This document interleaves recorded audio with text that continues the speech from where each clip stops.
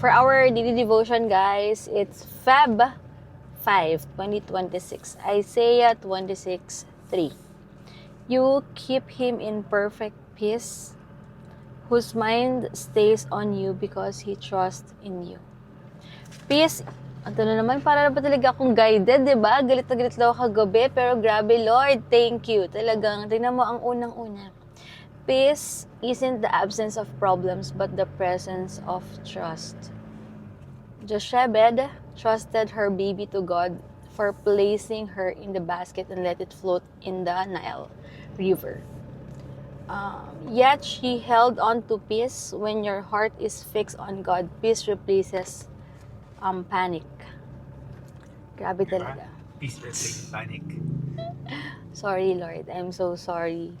Kasi sobra talaga nag-burst yung anger ko talaga kahapon. Sobra kasi Human nature, right? hindi ko ina-expect, yeah.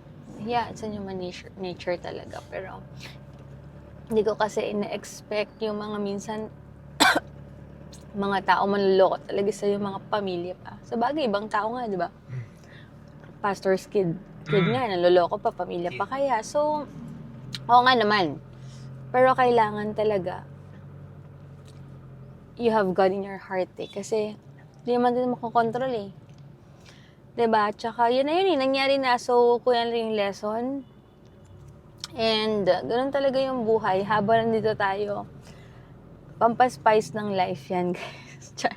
Hindi, siguro, ang tinuturo lang din sa akin talaga ni Lord is, gusto ko talagang magbago and all. Tapos may mga ganito. Siguro, tinetesting niya talaga yung, testing of faith talaga eh. Character and all eh.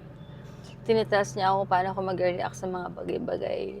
Guys, tao lang din tayo. May limit tayo. Kasi, minsan may tao kasing, ano tayo sa kanila eh. Lesson tayo sa kanila. Kasi, walang taong ibang gagawang magko-correct sa kanila. Kasi akala nila, okay yung ginagawa nila kasi tinotolerate nila yung sarili nila. At yung mga tao sa paligid nila na maninipulan nila, akala niya, feeling niya, tama yung ginagawa niya. So, tayo tiga-rebuke ng mga taong ganun. Minsan, it's okay. It's okay talaga na i-reveal mo minsan yung mga character nila and all. Kasi hindi sila matututo.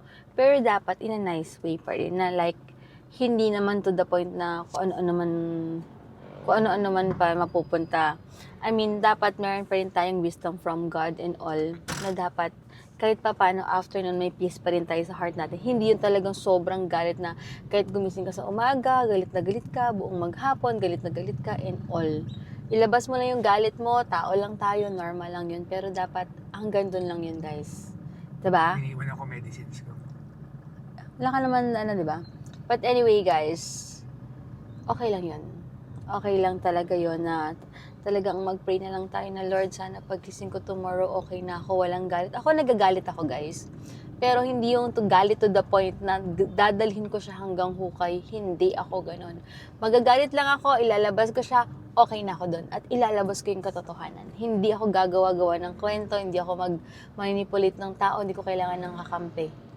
Or na kailangan paniwalaan ako, doon lang tayo sa totoo. So, yun lang. And I hope na makita nyo rin yung I'm praying din na makita nyo rin yung peace sa heart nyo na kahit gaano ka walang hiya yung taon na yun. Dapat talaga, mas nangingibabaw pa rin yung peace sa heart nyo na hindi nyo siya dadalin forever sa heart nyo yung galit.